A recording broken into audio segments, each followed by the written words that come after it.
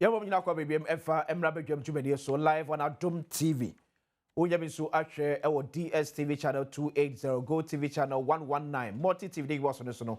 Yeah, live and so oko your social media platforms ni bia so a Facebook ya Adom TV Extra, YouTube ya Adom TV, TikTok ya Adom TV. Bia be ko bia no. Ye stream on ya comments ho. Ya be gini akenkan e dem fa WhatsApp message so FM 0531 029 795 0531 029 795. Yeah, for din baby the message in free no. So account MIM. So now we are graced to have the spokesperson to Dr. Brian Echampo, one of the key competitors. Yomo pre flag bearer the bre ewo NPP amyokom ewa ha. The day ede on our piles enam Hadzide. Alabakode. Minya penyi nyame adom ani mu mpae boy yetinkwam. Ye de nyakopo ase. Dr. Brian Echampo ho ye. Ya kan de ahye nyame ani onyam ne hu ye papa. Campaign ko ye. O campaign ko ye papa. Okay. Na kwesi nokra wo mu ne se Paul Ambantem wa wonim se yera Dr. Brian Echampo. Okay. Enya dia ahyase ne nyina na odi atodwa se obe presa the breakers ye. Okay. Na party mpenyin ene tu nsa frɛ no. Emu bebunu emu mpenyin se wohwe ne ekoso wo yamanyoku no mu sese a watimi wakame bebrebe abaye party no mu wohwe enimu ho na ye no front runners no okay. Number 9 ni number 10 no omudi akoma di agro okay omunti omuho ase na bakwa pass baako oma hye ball no go no dia ma NPP enti yera Dr. Brian Echampo yenim yesi NPP ye the boy who safo hini say we have the men okay na yenim say una na wo board defense una na wo support na sene e ba na say besika tuane support to the party a uyi Dr. Brian Echampo frimo a and na wan kan okre okay mpanyin ene ne estisin konwa de nkomo say ne ekoso wanim ho no say yanya obi obetumi aka party ya bomu a ye didi sana 2028 yasan kohwe ego biom enti yesre wada uso brawanim okay na odi kompa ebo mu ni ebusuan ni amanfo di nkomo no ojitu mu enti no ni amepa chene say as late as June of this year ena yera Dr. Brian Echampo ono no kwa no de din epia bonten say ono so di ne ho agi okay akensie no mu say obeba abesiese NPP ama ya sambe ye krabehwa sambe ya kono aganafo ebesa nya gidie ewo yemu biom nkabom nti no ofri defense ho eno ba ye say yemfa ball no ma no na ono na betumi ahye goal no e de ama NPP amanyoku nam se ono pe ene betumi akapati ya bomu ono awamba ntem no ye kanda ahye nyame anyonyam se emini akwesi ono momu ena odi kan a owie na probo wo Ghana ha nyina all 16 regions, all 276 constituencies. Yera Dr. Brian Echampo, owie na probo. We constituency biara. Ye kase we all 16 regions, all 276 constituencies. In fact, 75 plus 1. Because Boku Central, it's a same bintino. Sa Boku Central nankasa ne de yeni womu edi nkomo e wo kwan fufuro bi so anye ti sese na ye wo bebia okay but we Boku Central nankasa frimu a we wie bebia akoshia delegates for nyinara in fact not that onupe na edi kan wie na ye record no okay wasana set another record o say empenyifo no nyina dodo na akọ a region like Upper East region akoye mufa yera Dr. Brian Echampo there okọ Upper East region no bako waye ni nyina waye pusiga aye garu waye timpani waye binduri waye zibila na ade aye bisa ne se ye nwempo nie ye kwakoye primaries campaign po enu no ye dem nkomo enye bedwam enye simpi so ye dem nkomo mpo na ye mpanyifo yi bi entumi anko how many days na year all the regions 4 months 4 months na answer mpo no so it means say na jihye ni gu akwemu dada before we see form no Debbie say ono no de na sem o kan say look by the conduct and I'll come to that say na wa ye ni campaign no kire yen say NPP ye wo abrante bi ogina ne nan so a wo mre time a wo de ne ho bebo afode wo wa honding mapa say ye to abanoma na answer na 2028 bedroom polling station bia electoral area bia constituency bia obekonye ba konye miensa obekọ bebre okay owo obi a sebi potokasemu resourcefulness no ahonde no ewo ho a oni NDC for ebetumi aturu America onye obi a okọ campaign na wotwe baako na wabeda dem na wotwe mienu so wogi na home there be enti sa kind of campaign no na NPP ye hia say ye pese ye 2 NDC for 2028 yeah. And by the conduct of Sena Wayeni campaign within this short 4 months, what you mean chini bebia echrese wo emreno wo ahonde no ena sebi famiko no so kakra wo ho a onunu betumi dia share ono ankasa ne campaign ase after 31st January and sampo na se obi beba be so yasene a na nipa naba, and that is the kind of candidate that we are looking for. But obi say akosa ambi say nanka nhihye no ho a there be Dr. Bernard Champon ono a strategist and no man who ye hu na se mo kan say hwe ye ma wo time kura say kotwadua wo de use a considerable amount of the time no never sharpen cutlass no okay wo dru ho a wo betwa ne ntem ahyase no na o trainee ni volunteers any ni campaigners e wo ni hotel e wo Kwewu. I'm sure you know say Dr. Bernard Champon owns the biggest hotel in Africa, Rock City. And now Odin Crofoni be Bar Rock City. Now Mount for full say no na campaign no Debbie he was sharpening Rock City. Debbie he was sharpening his cutlass. Now or training the army on the ground. Onu na sem ni say campaign atemdidie nka ho. Ye nipa ba ko ebusu akonya na to. Enti kasantwi atemdidie na wo hu titru e wo number 9 ni number 10 no mo camp no. Untibi. Number 9, number 10 ye wamwa. O ye yera Dr. Mahmoud Bawumia ene yera Kennedy onye Japan. Omo ne di atem no. Debi omo na ye number 9 na sebi omo nti omo ho ase empase ba ko na ba kwa share go no. Ena sebi wa campaign ayeye ensemo epiepie mu no madafaka ni na sefo no nyina no se ya wotie. Eti omo na nti omo ase se obeka ho abom adwen party ne ho. Na misi thank you to nkuku nechi no yegu NDC for egu yenimu asise abi mbada nechi no thank you to no keke aye mpenyimfo yimienu number 9 ni number 10 yeko no odihye ba ko yese no free yese no esifem yese Africa no mu wono kasa ntina yelusu yese Africa no mu ana unkai na me buana asma me ke wonim me kanse me but an NPP nse ma sisi mu pa entina ehu ba hia se ye bepe obi a wono no sei no one yera Dr. Mahmoud Bawumia any problem in fact now we support ye beto aso there's this news about enra meaning say about the attention of Dr. Brian Champon say emebunu bi e wokwa say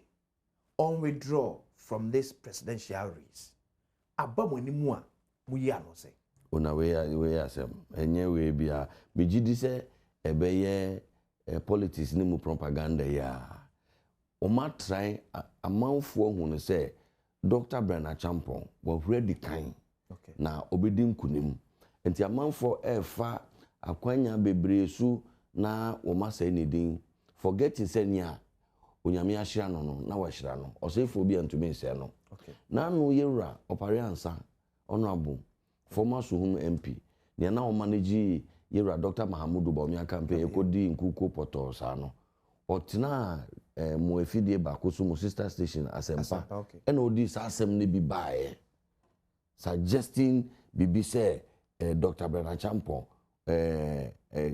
ahinsemi ena nanka Dr. Mahmoud Bawumia pese woko ko man hini ho ena Dr. Bernard Champon si debi ena regional chairman si debi na mbisa me hu say na wo campaign manager wo kasasa no na Bernard Champon no na campaign manager na wo na wo ye campaign manager baby a candidate be kono nye Brian be decide wo campaign manager wo na be decide enti dey asem na okay but the fact of the matter ne say ye nyina ye nim say maybe atwemu ahinsem kakra bi peja ne ti e wo Kwewu Kwewu fuo ni omo ahemfo no esi omatu womo hen eye Kwewu man hen around that time we a politician o kwa kosra ohini ayesi eto no echese wo ye ne sana wo de wo hye ahensem enti impo so obi tu fu share da bi se na asem ne tie no moma yentwe ho free ahensem ho na yende yenkọ yenhwe so na yenye ye campaign na yempe ye vote a we no eye sebi eye boni ana. Okay. Enti me nim say these ones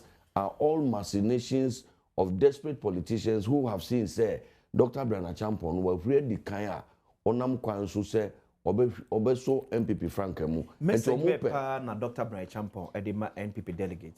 Ne di kan na meka kire wo say ne esi wo animu ho no ayede yakoma di agro. Okay. Anka bom entumi mba no eyade a ede enya. Okay. Say yekwakoto aba na 7 regions of our country, Volta, Oti, Upper East, Upper West, Savannah, Bono East, Western North.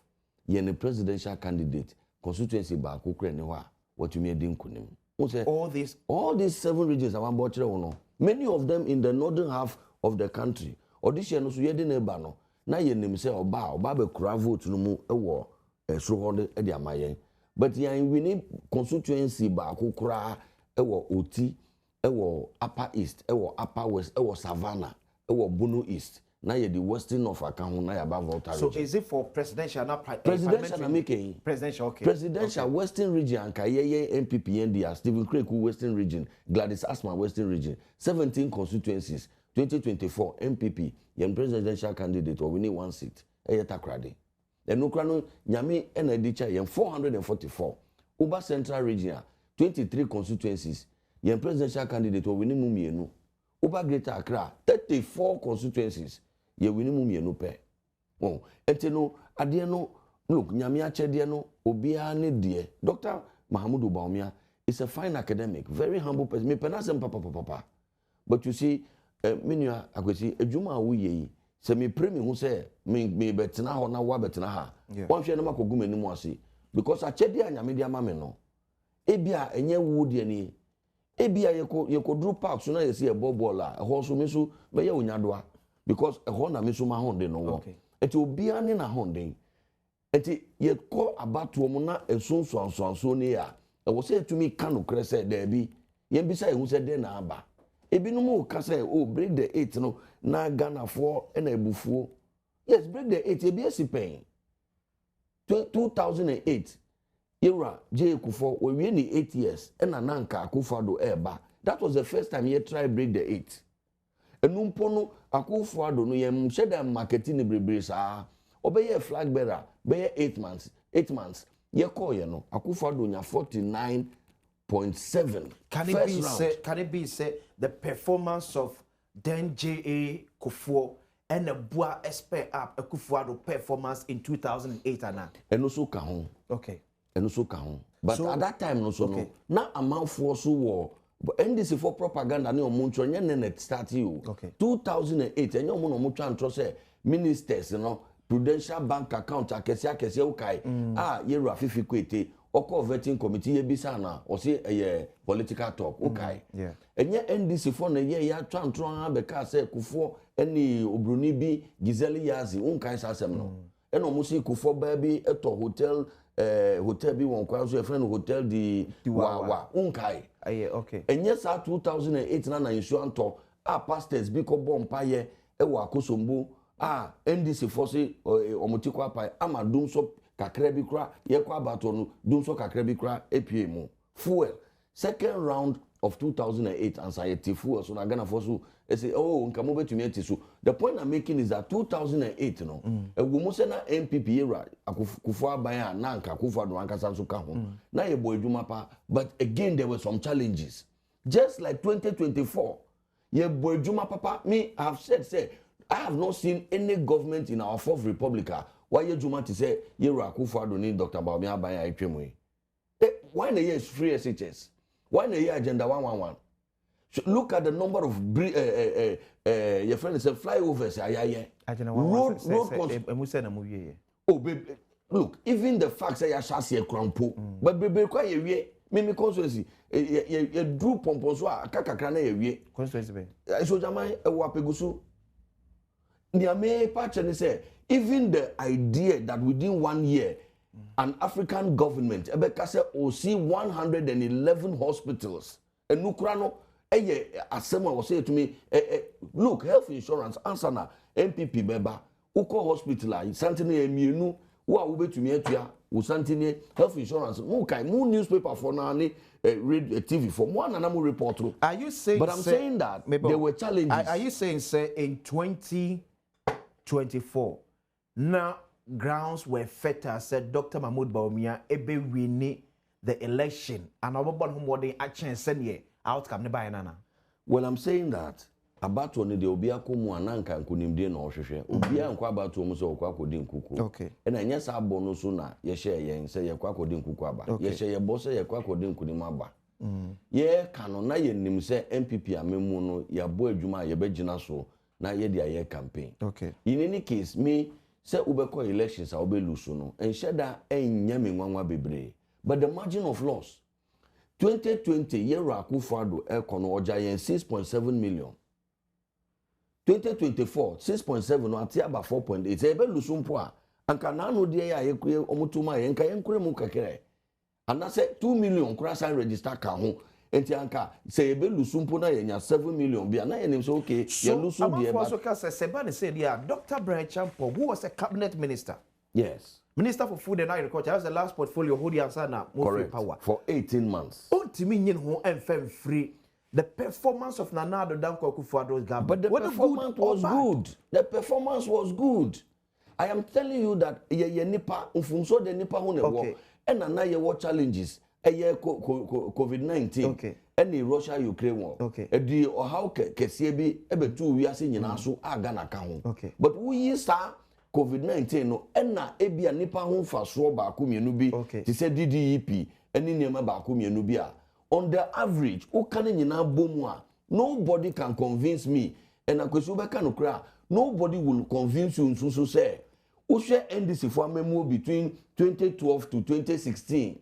Ghana force omunkwa. Na woma memo no eye chain NPP memo. So are you therefore meaning say Ghana for to about the tier NPP? In this case, your presidential candidate because no more penana. Well, mean to mean cancer because I na was say to me protected the sanctity and unity of the party. Yes, we yanka be cancer. Debbie. Ni ame pese me kana make ko say en fa sem shema minister. Ni ame kana say. Okay. She say for the first time e wo ya bakosem mu abato mu. NPP parliamentary candidates ni nyina uka mu vote bomu a. Yeah. Omo de no doso e chen yen presidential candidate de no. Okay. By 350,000. Etire say nkrofobi eko polling station eko to aba e de ama NPP parliamentary candidate no. Omudu NPP presidential candidate no e no mutwe mu koy 350,000. Apano le fache me refu. Yedi counter presidential sana to parliamentary. But you tune the same day but just oji ballot paper na. Udi kaji presidential. Sape. Etu wi anu akọ parliamentary. Sa. Okay, nti nipa dodo no a etoma mo parliamentary candidate no oji presidential no otwemu wanto ama wanto ana otoma obi foforo eno toma eno kotuma NPP no NPP na wo kase Dr. Brecha Pontana say SSC we ya what does it tell you? Well, what it tells me in say 2024 na twemu na onipa beyebi yera Dr. Mahmoud Bawumia history will be kind and fair to him. Wabone humodi ama NPP amanyo osem amanyo okuo no ene Ghana but obema beyebi emrene du se yedi ahondem fufuro bi beba obi a yen yesusu se the majority of the NPP voters omuto parliamentary we ombeto ama no obi a ebebunu hu omhu woni mu because nhwehwemu adane di pefe se wo a wo kwakoto aba hu e wo nipa na wo ogina no mu a wo to aba no ma no enu nti na se me ne wo free baby baako a na me gina abato na normally wo be hu se amanfo mo free hono ebeto aba no di amame because wo mu e wo meme mu enti se wo ye babunu na wo kwakoto aba na 53-year-old Dr. Brian Champo e wo ho a you are most likely to vote for him than to go and vote for a 65 or 67-year-old man because e wo Dr. Brian Champo mu and it's not just about his age. It is about his unique selling proposition. Abebunu no say politics are ye brofo tin na the economic indicators that Abebunu no say omabre. They want a creator obi a obetumi asolve ye how aye wo. Ebi ni adwuma. Okay. Dr. Brian Champo wonu no yemfa ye nyamfa oman ni tumi ni oman ni sikampo anhye ne nsa no. He is a creator. What to me, or astute businessman or businesses akesia wofa nipa pimpima wadwuma mu. Eti ukoton Dr. Bernard Champon chire Ghana bebuno a omubenya arehemu ewo ne mu because mpanyimu na mo chire yen se ne waye bi da no ono na ye friend no aye biafo. Dr. Bernard Champon, he has created jobs. Africa's largest hotel. He has created jobs. Ghana's largest software development house. Uba yema real estate. Uyi kesie woman abako mienu miensa ne de beka ho. We are talking about several thousands of decent, well-paying jobs. And yet by day, you want to make you. And you see, Obiti say you're in Japan. One of his strengths out the year campaign is say, "Oh, me a businessman. Oh, me creating my 7,000. And I think that is a very legitimate position. Because, like I'm saying, to me, share baby no crying. But comparing Dr. Bernard Champon to Niana Runner Canada, and then Dr. Bernard Champon is a bigger creator. The business is no sunchen. How many employees? Oh, lots of employees. And for me, you see, it is not about just throwing the figures around. Yeah, pa yen cost need. And me say, yeah, by day, Juma na yen kan yen cost need. Na yen ko check. He say, why na busumi so otuas need contributions. A chain the yonko wo SARS space no mu ana. Again, ebinumu argue so say, you're Dr. Mahamudu Bawumia. He is a fine academic, and it is true. PhD in economics and finance based. Wa kosuku wa being wa ye krachi. That is also supposed to be his strength. And I think that is also a strong point, no doubt.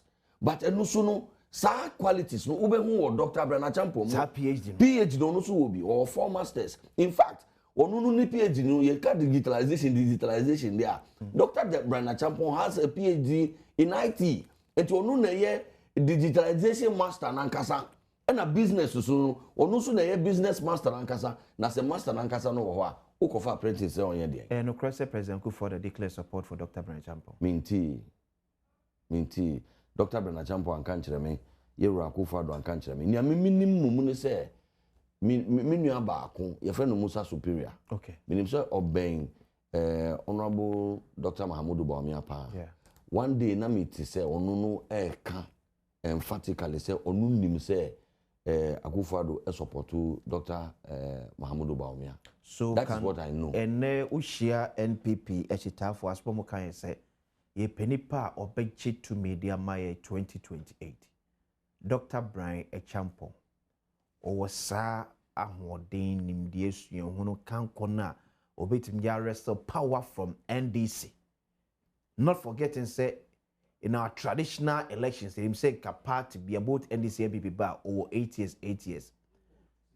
Obetumi age to me within that 4 years, no, at a free NDC for them. Obet to me, papa. In fact, say you pay to me there, or do and I say you didn't ko. Adentra. Ne di kind, tell me kind, ye hian kabum. When they bet to me the kabum naba. Dr. Bernard Champon. Yen penny for me and no dear, ye nim. Yempe showdown part 2. Until no Dr. Bernard Champon na say de neko. Because udifaha we musu say hey. Udifaha we musu say hey. Na yedi sana esanko hwe gubiom. Dr. Bernard Champon will truly and really unify the party. Number 2, ye hear discipline. Ye party no kasakasa obia sori na oka ne ope. Impenyin fokra de omo hwaji mu. As though sebi penyin ni fie. Ebia because ya training ni say America asra for your soldier enti no ono won fa ne discipline dia go ne discipline ne say wo ka ne humpo na wo kasa wo ne ye etiamra wo befre waka che wo betia ho me ye kasa ma no me ye ne spokesperson there be am warning on them and no akra no mi san de ho komo pa yo so nim na wa no kopa na wo kasa tia panyin bi wo kasa say party no emfa ho be bia me ne wo free wo be kwa kwatene kire. That's the kind of person he is.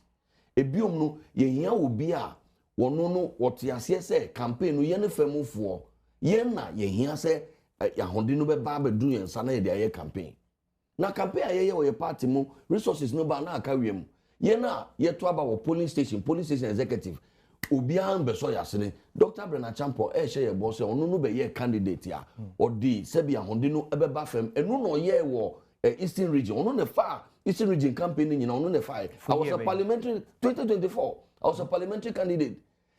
Be 6 months to the elections. Busumi bi aye nyina na ekoje 1 billion. All Eastern regional. All the Eastern regional pieces. Oh, I'm telling you. na my coach be African. Ah. Me na me di one dance here. Na me candidate. So o ka say all there because nara. Eastern kojo opon kuma GB. Oh, na then okay. Michael Ochiribe fi GB. Ah. Me see yen nara. Na nya nu nko onye mami nche. I'm saying. Me see busumi bia 1 billion sikadada no 100,000. 100,000 every month. Every month. 6 months to the election. Exactly. It's within 6 months when you are 600,000 Ghana cedis. From one single individual. From Dr. Brechampo. 700,000 actually, because November the end of the OPJ Mukra to 200,000, 2 billion. In November. So, Kojo upon Krumane also can be.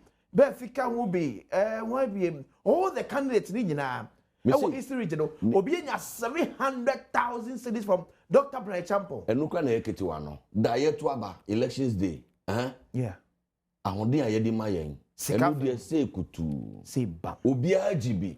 Me constituency bia. Miami constituency me do over 1 million. We are 1 million Ghana cedis. 10 billion old cedis. Yes. Onu ne catchere party ne say any yen candidate ne say kakra wono onboabo no mfa nko baby fufuro. Eastern region onja ama no. But I'm saying that onu no ye no na sika no confirm directly. We have 20,450 police station executives ever Eastern region. Dr. Brechampo ma obia 20,450 o ma obia sika se mfa confirm no nko ye campaign.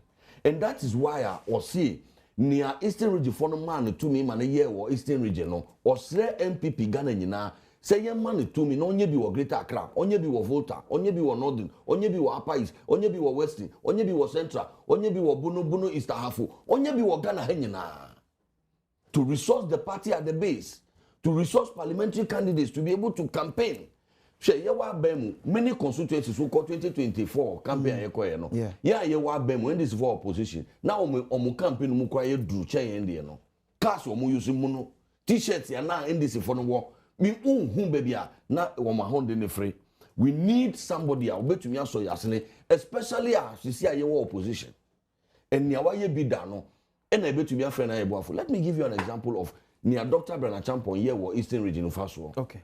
Oshe Ashanti regional before 2024 elections, now you were 44 MPs and now you were 38. You drop 6. Check all the regions. Greater Accra, now you were 14 and now you were maybe 5, 9 official. Okay. It all across Eastern region now you were 25 and now you were 24. Bakupe 1 and the free show. Constituency mayor. Who say you lusubi and you winibi? Okay. But I'm looking at the aggregate. So Eastern region as a whole. And then you were 24 MPs. 24 MPs. So that's why we say Ebenezer Taylor be one money. Well, ye lusu be soja man so ye lusu yi. And ye law ni hono nyina ye lusu but ye wini bi. Ye lusu bi no ye wini bi. So how many constituencies in the whole Eastern region? 33. 33. And I'm 24. Correct. So you move from 25 to 24. A net loss of 1. Compared to even Ashanti region, the strongest hold, the partner, the Funuma Honete, a net loss of 6 from 44 to 38. So it means that Dr. Brechampo, one of the Buaye, Edge region, and Boston, and so far, and that is why I get sad, say, and then Mpensenpensenmu Peja, my Betty or party mu, Ukwa. Baby, Northern region beko na party mpenyifo ni bi, uko region bi na party mpenyifo ni bi. Intimidate amanfo epi amanfo se muntu nko a. Masa, insu ato ewie a, efemafo ewie afi na ye hu penyin. The four candidates na nka ye hia cash, ni hia support. Anka ne Dr. Brechampo ye bi ewo Eastern region, san penyifo na ne omo piampia nkrofo. Anka omo so ko ye bi omo region a, ebi ampo se ebe lusu mpo a, ebi enye sei. Nipa 4 the can Dr. Brechampo ho ema ne wie 5. Say nipa 4 ne mudi pa na campaign. Mo just say oye threat to Dr. Brechampo's victory. Me dem who threat. Obi enim. Me who threat. Me who competition, not threat. Okay, o to me be pa na the competition no den. Oh no kwenya me nim. Me dear, me hu no say yera Dr. Mahmoud Bawumia because ono no ya ton no pen. Wakobi paying until or name recognition. Okay. In fact, look, Akwesimi na me twantro Dr. Mahamudu Bawumia arguably is the most marketed candidate NPP. From 2008, and I had started say a ton year Dr. Mahamudu Bawumia. 16 years in here, who the 20 years, and I am marketing year Dr. Mahamudu Bawumia. Yet the 8 months, and I marketing Akufo-Addo Okonya 49.7. Year Dr. Mahamudu Bawumia, you marketing over 16 years, Okonya 41%. So there is a difference between name recognition, popularity, and acceptance. DNA affected Dr. Bawumia? Well, I believe that clearly no. In 2020, the people of 2024, the people of Ghana did not accept him. I mean, this is shown in the results. NDC4 BT by 1.7 million votes. 2024 not Ghana from Dr. Bawumia. They did not accept us. They did not accept our message. Was it at that time, and also if you say a generality say Ghana from Peno in the total? No, mintias here. Okay. So, what say? We share the number of years somebody are marketing any vote or the buy vis-a-vis number of months somebody marketing and other than Akufo-Addo any vote or poll year in his first attempt at the national elections. So Dr. Mahamudu Bawumia no a pen and Ghana for pen. Well, I don't think that we should personalize the conversation until I can catch us say Nyamia Chediano. And I keep saying to you, say Dr. Mahamudu Bawumia is an intellectual par excellence. He's a very humble person. Okay. Okay. Me and Kaminyano wa mebusu ya mama ni beji papa. But you see, it's not about Dr. Mahamudu Bawumia. It's not about Brian Achampong. Okay. It's not about Kennedy Ejepong. It's not about Kwabena Ejepong or Dr. Yawedu Chum. Okay. Kwabena Ejepong engineer. It's not about them. It's about the NPP. Share. Albert Edubuahin.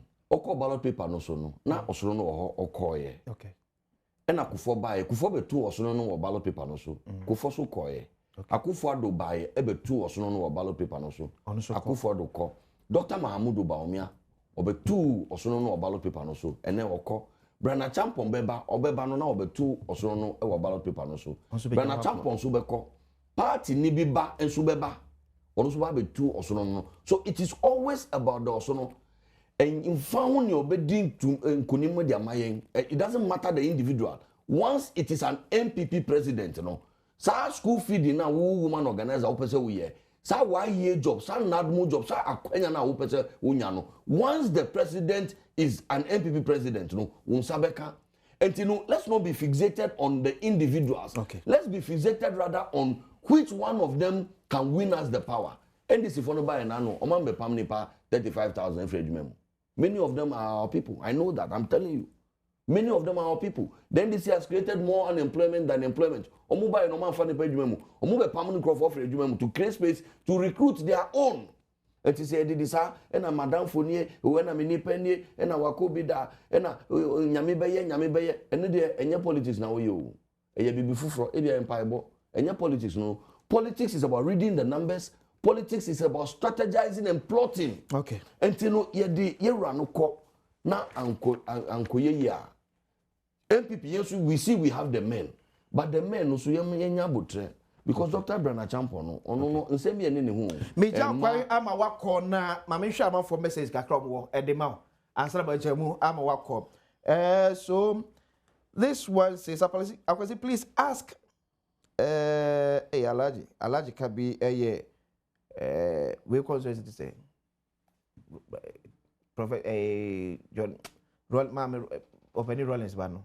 Or the vice chairperson or NPP. Or simply ask my brother. Is it the doing of Bawumia that made us lose 2024 elections? Or the mama call a ready a man for message somebody afa WhatsApp line so famana quickly. We yama got na make to we so the man for message your money aba quick one. Naja efem ebi a obetimi I responded to. Naja wa responded to it. Okay, mama kai emfa okay this one mama call we we say hey okay but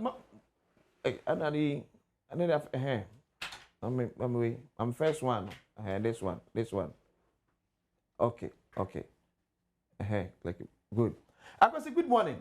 No matter what DMB is going no matter what, DMB is going to win this election. Come 31st. Good morning to Honorable Pius. Medine Kwame Asante from Seshe Chano and on the way free Ebaim. Where's Nana Ato and Dr. Bawumia did well. But as we are all blacks, as we are blacks. Why? Imagine that someone gave you free SHS, STEM, drone, drip, digitalization agenda 111, 111 and other projects, and we say we don't like it. Okay, peanut, Eddie also, Eddie buy, so I don't know. We see, if Brian is so popular, why is it that some alleged concerned citizens in his own region are allegedly asking him to step down, ask him to tell us one single health and educational policy Brian has? Gasky man from Brekum, and on the way, we see, I say, good morning, please tell my brother to tone down.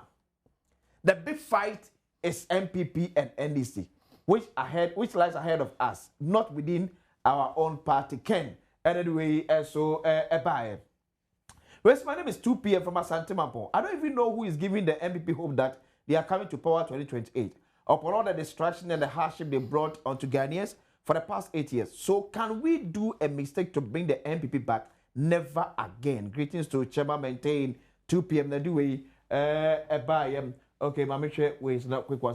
Good morning. Can you let my brother know that Honorable Dr. Brian neither picks up calls nor responds to messages? That's not Even true. now, as an aspiring candidate, That's if not this true. level of inaccessibility It's exists not true. It's not true. before election, it raises serious concerns about how unreachable he will become once elected. Honorable Anas. Okay, no, okay.